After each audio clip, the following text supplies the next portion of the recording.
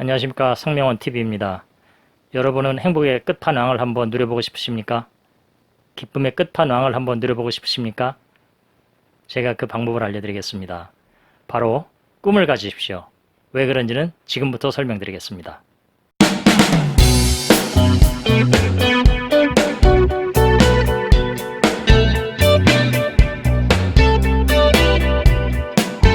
여러분은 꿈이 무엇이라고 생각하시나요?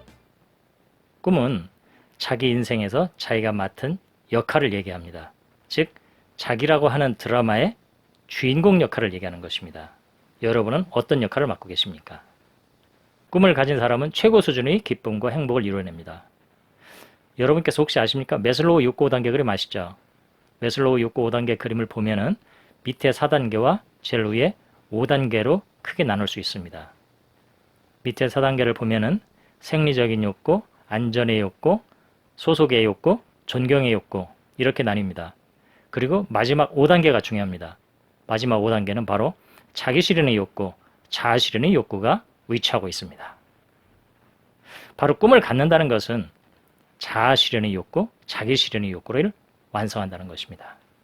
즉, 자아 실현의 욕구라고 하는 것은 자기를 완성하는 것입니다.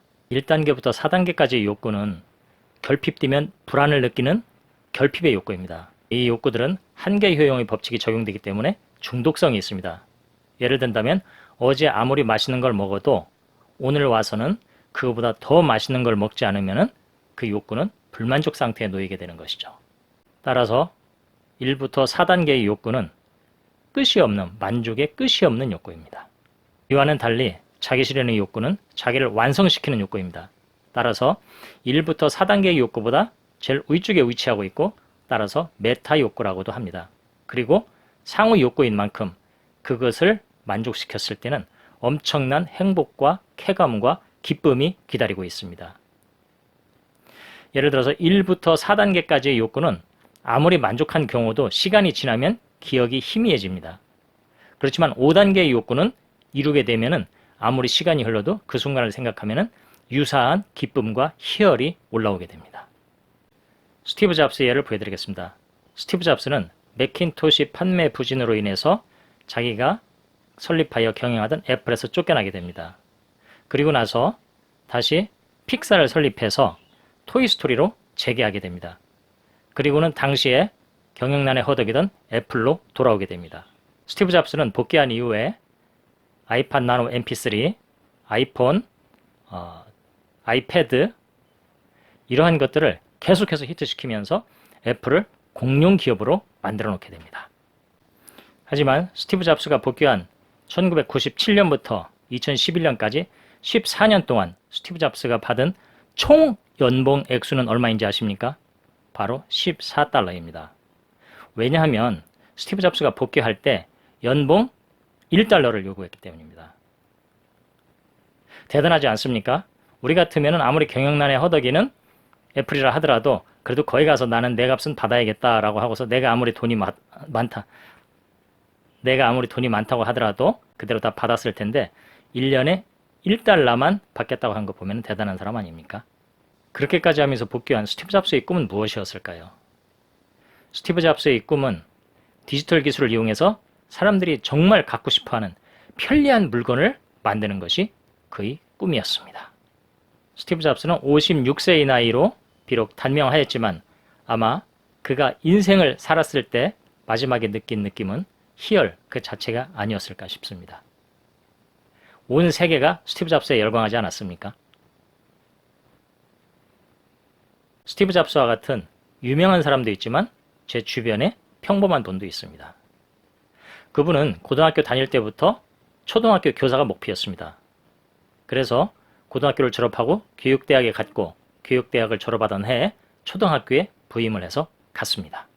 그 후에 저는 그분을 가끔 만날 기회가 있었는데 항상 그분을 만나면 자신이 그 부임한 초등학교에서 하고 있는 일들과 아이들과의 스토리를 정말 재밌게 얘기를 하는 겁니다. 그래서 저는 그분을 닉네임으로 불렀습니다. 페스탈로찌라고. 페스탈로찌라고 하면은 아동교육으로 유명한 분이죠. 이분은 오직 생각이 학생들을 위한 생각으로만 꽉 차 있었기 때문입니다.